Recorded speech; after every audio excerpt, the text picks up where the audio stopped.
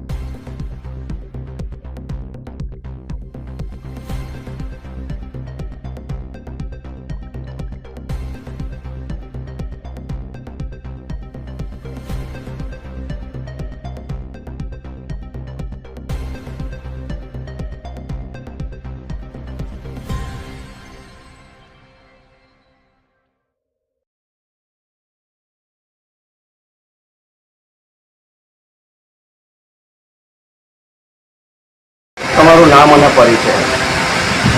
નમસ્તે, હું doctor Parth Pandya, civil hospital Ahmedabad સ્થિત દાંતની હોસ્પિટલથી આવું છું।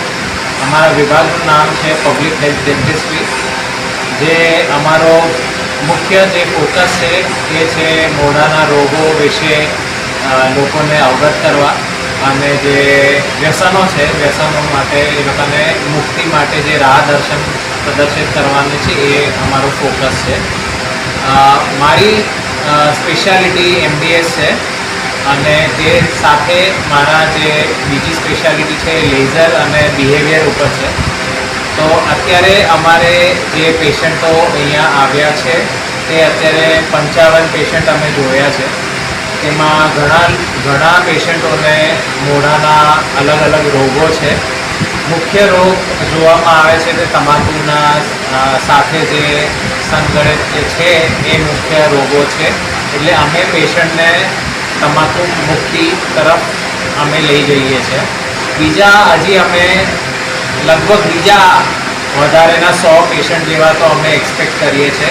એ બધા અત્યારે આવી રહ્યા છે અને અમને ખૂબ જ સારો સપોર્ટ મળ્યો છે એસોસિએશન પાસેથી, જેના માટે અમે ખૂબ જ આભારી છે અને આનો લાભ આપણી જે પ્રજા છે તે પૂર્ણ રીતે લઈ શકે તેના માટે અમે અત્યારે અહીંયા મારી ટીમ સાથે હું અહીંયા આવેલો છું। મારી સાથે બીજા 5 ડૉક્ટરો છે જે અત્યારે મારી ટીમમાં મારા ડિપાર્ટમેન્ટથી આવેલા છે।